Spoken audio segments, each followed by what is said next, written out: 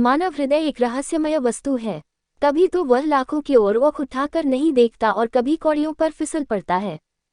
कभी सैकड़ों निर्दोषों की हत्या पर आह तक नहीं करता और कभी एक बच्चे को देखकर रो देता है। प्रतापचंद्र और कमलाचरण में यद्यपि सहोदर भाइयों का सा प्रेम था, तथापि कमला की आकस्मिक मृत्यु का जो शोक चाहिए वह न हुआ। सुनकर वह चौंक अवश्य पड़ा और थोड़ी देर के लिए उदास भी हुआ, पर शोक जो किसी सच्चे मित्र की मृत्यु से होता है उससे न हुआ। निस्संदेह वह विवाह के पूर्व ही से विरजन को अपनी समझता था, तथापि इस विचार में उसे पूर्ण सफलता कभी प्राप्त न हुई। समय समय पर उसका विचार इस पवित्र संबंध की सीमा का उल्लंघन कर जाता था। कमलाचरण से उसे स्वतः कोई प्रेम न था। उसका जो कुछ आदर मान और प्रेम वह करता था, कुछ तो इस विचार से कि विरजन सुनकर प्रसन्न होगी और इस विचार से कि सुशील की मृत्यु का प्रायश्चित इसी प्रकार हो सकता है। जब विरजन ससुराल चली आई तो अवश्य कुछ दिनों प्रताप ने उसे अपने ध्यान में न आने दिया, परंतु जब से वह उसकी बीमारी का समाचार पाकर बनारस गया था और उसकी भेंट ने विरजन पर संजीवनी बूटी का काम किया था, उसी दिन से प्रताप को विश्वास हो गया था कि विरजन के हृदय में कमला ने वह स्थान नहीं पाया जो मेरे लिए नियत था। प्रताप ने विरजन को परम करुणापूर्ण शोक पत्र लिखा, पर पत्र लिखता जाता था और सोचता जाता था कि इसका उस पर क्या प्रभाव होगा। सामान्यतः संवेदना प्रेम को प्रौढ़ करती है। क्या आश्चर्य है जो ये पत्र कुछ काम कर जाए। इसके अतिरिक्त उसकी धार्मिक प्रवृत्ति ने विकृत रूप धारण करके उसके मन में यह मिथ्या विचार उत्पन्न किया कि ईश्वर ने मेरे प्रेम की प्रतिष्ठा की और कमलाचरण को मेरे मार्ग से हटा दिया, मानो यह आकाश से आदेश मिला है कि अब मैं विरजन से अपने प्रेम का पुरस्कार लूं। प्रताप ये जो जानता था कि विरजन से किसी ऐसी बात की आशा करना जो सदाचार और सभ्यता से बाल बराबर भी हटी हुई हो, मूर्खता है। परंतु उसे विश्वास था कि सदाचार और सतीत्व के सीमांतर्गत यदि मेरी कामनाएं पूरी हो सके तो विरजन अधिक समय तक मेरे साथ निर्दयता नहीं कर सकती। 1 मास तक ये विचार उसे उद्विग्न करते रहे, यहाँ तक कि उसके मन में विरजन से एक बार गुप्त भेंट करने की प्रबल इच्छा भी उत्पन्न हुई। वो ये जानता था कि अभी विरजन के हृदय पर तात्कालिक घाव है और यदि मेरी किसी बात या किसी व्यवहार से मेरे मन की दुश्चेष्टा की गंध निकली तो मैं विरजन की दृष्टि से हमेशा के लिए गिर जाऊंगा। परंतु जिस प्रकार कोई चोर रुपयों की राशि देखकर धैर्य नहीं रख सकता है, उसकी प्रकार प्रताप अपने मन को न रोक सका। मनुष्य का प्रारब्ध बहुत कुछ अवसर के हाथ से रहता है। अवसर उसे भला नहीं मानता है और बुरा भी।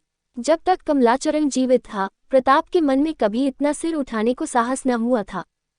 उसकी मृत्यु ने मानो उसे यह अवसर दे दिया। ये स्वार्थकता का मद यहाँ तक बढ़ा कि एक दिन उसे ऐसा भस होने लगा मानो विरजन मुझे स्मरण कर रही है। अपनी व्यग्रता से वह विरजन का अनुमान करने लगा। बनारस जाने का इरादा पक्का हो गया। 2 बजे थे, रात्रि का समय था। भयावह सन्नाटा छाया हुआ था। निद्रा ने सारे नगर पर एक घटाटोप चादर फैला रखी थी। कभी कभी वृक्षों की सनसनाहट सुनाई दे जाती थी। धुआं और वृक्षों पर एक काली चद्दर की भांति लिपटा हुआ था और सड़क पर लालटेनें धुएं की कालिमा में ऐसी दृष्टिगत होती थी जैसे बादल में छिपे हुए तारे। प्रतापचंद्र रेलगाड़ी पर से उतरा। उसका कलेजा बांसों उछल रहा था और हाथ पांव कांप रहे थे। वह जीवन में पहला ही अवसर था कि उसे पाप का अनुभव हुआ। शोक है कि हृदय की यह दशा अधिक समय तक स्थिर नहीं रहती। वह दुर्गंध मार्ग को पूरा कर लेती है। जिस मनुष्य ने कभी मदिरा नहीं पी, उसे उसकी दुर्गंध से घृणा होती है। जब प्रथम बार पीता है तो घंटे उसका मुख कड़वा रहता है और वह आश्चर्य करता है कि क्यों लोग ऐसी विषैली और कड़वी वस्तु पर आसक्त हैं। पर थोड़े ही दिनों में उसकी घृणा दूर हो जाती है और वह भी लाल रस का दास बन जाता है। पाप का स्वाद मदिरा से कहीं अधिक भयंकर होता है। प्रतापचंद्र अंधेरे में धीरे धीरे जा रहा था। उसके पांव पैर से नहीं उठते थे क्योंकि पाप ने उनमें बेड़ियां डाल दी थी। उस आह्लाद का जो ऐसे अवसर पर गति को तीव्र कर देता है, उसके मुख पर कोई लक्षण न था। वह चलते चलते रुक जाता और कुछ सोचकर आगे बढ़ता था। प्रेत उसे पास के खड्डे में कैसा लिए जाता है। प्रताप का सिर धम धम कर रहा था और भय से उसकी पिंडलियां कांप रही थीं। सोचता विचारता घंटे भर में मुंशी श्यामाचरण के विशाल भवन के सामने जा पहुंचा। आज अंधकार में ये भवन बहुत ही भयावह प्रतीत होता था, मानो पाप का पिशाच सामने खड़ा है। प्रताप दीवार की ओट में खड़ा हो गया, मानो किसी ने उस पांव बांध दिए हैं। आध घंटे तक वह यही सोचता रहा कि लौट चलूं या भीतर जाऊं। यदि किसी ने देख लिया बड़ा ही अनर्थ होगा। विरजन मुझे देखकर मन में क्या सोचेगी। कहीं ऐसा न हो कि मेरा यह व्यवहार मुझे सदा के लिए उसकी दृष्टि से गिरा दे। परंतु इन सब संदेहों पर पिशाच का आकर्षण प्रबल हुआ। इंद्रियों के वश में होकर मनुष्य को भले बुरे का ध्यान नहीं रह जाता। उसने चित्त को दृढ़ किया। वह इस कायरता पर अपने को धिक्कार देने लगा। तदंतर घर में पीछे की ओर जाकर वाटिका की चहारदीवारी से फांद गया। वाटिका से घर जाने के लिए एक छोटा सा द्वार था। दैवेग से वह इस समय खुला हुआ था। प्रताप को ये शकुन सा प्रतीत हुआ, परंतु वस्तुतः ये अधर्म का द्वार था। भीतर जाते हुए प्रताप के हाथ थर्राने लगे। हृदय इस वेग से धड़कता था मानो वह छाती से बाहर निकल पड़ेगा।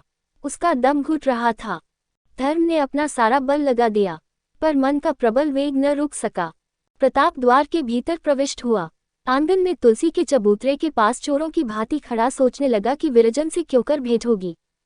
घर के सब किवाड़ बंद है, क्या विरजन भी यहाँ से चली गई? अचानक उसे एक बंद दरवाजे की दरारों से प्रकाश की झलक दिखाई दी। तभी पांव उसी दरार में औंखें लगाकर भीतर का दृश्य देखने लगा। विरजन एक सफेद साड़ी पहले, बाल खोले, हाथ में लेखनी लिए भूमि पर बैठी थी और दीवार की ओर देख देखकर कागज पर लिखती जाती थी, मानो कोई कवि विचार के समुद्र से मोती निकाल रहा है। लखनी दांतों तले दबाती, कुछ सोचती और लिखती, फिर थोड़ी देर के पश्चात दीवार की ओर ताकने लगती। प्रताप बहुत देर तक श्वास रोके हुए ये विचित्र दृश्य देखता रहा। मन उसे बार बार ठोकर देता, पर यह रधम का अंतिम गढ़ था। इस बार धर्म का पराजित होना मानो हृदय में पिशाच का स्थान पाना था। धर्म ने इस समय प्रताप को उस खड्डे में गिरने से बचा लिया, जहां से आमरण उसे निकलने का सौभाग्य न होता। वरन ये कहना उचित होगा कि पाप के खड्डे से बचाने वाला इस समय धर्म न था, वरन दुष्परिणाम और लज्जा का भय ही था। किसी किसी समय जब हमारे सद्भाव पराजित हो जाते हैं, तब दुष्परिणाम का भय ही हमें कर्तव्यच्युत होने से बचा लेता है। विरजन को पीले बदन पर एक ऐसा तेज था, जो उसके हृदय की स्वच्छता और विचार की उच्चता का परिचय दे रहा था। उसके मुखमंडल की उज्ज्वलता और दृष्टि की पवित्रता में वह अग्नि थी, जिसने प्रताप की दुश्चेष्टाओं को क्षणमात्र में भस्म कर दिया। उसे ज्ञान हो गया और अपने आत्मिक पतन पर ऐसी लज्जा उत्पन्न हुई कि वही खड़ा रोने लगा।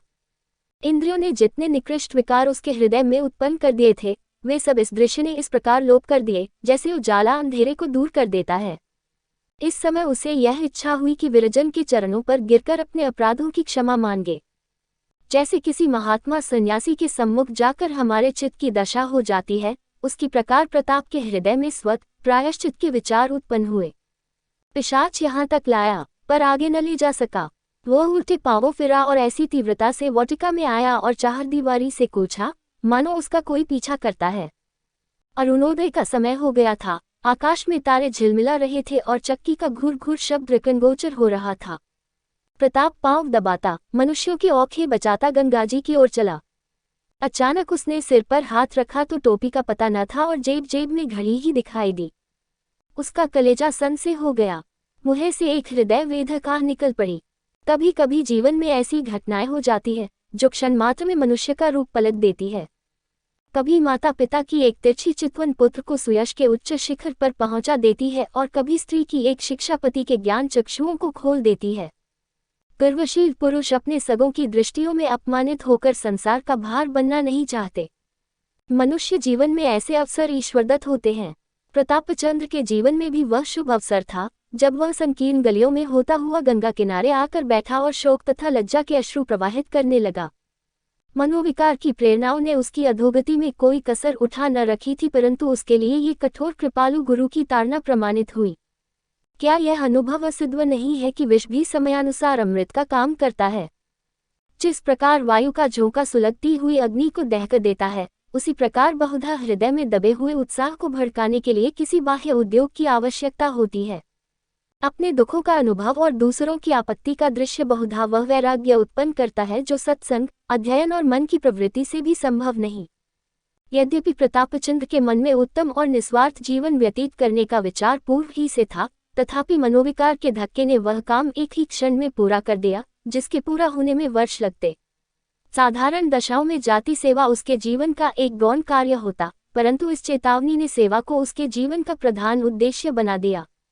सुवामा की हार्दिक अभिलाषा पूर्ण होने के सामान पैदा हो गए।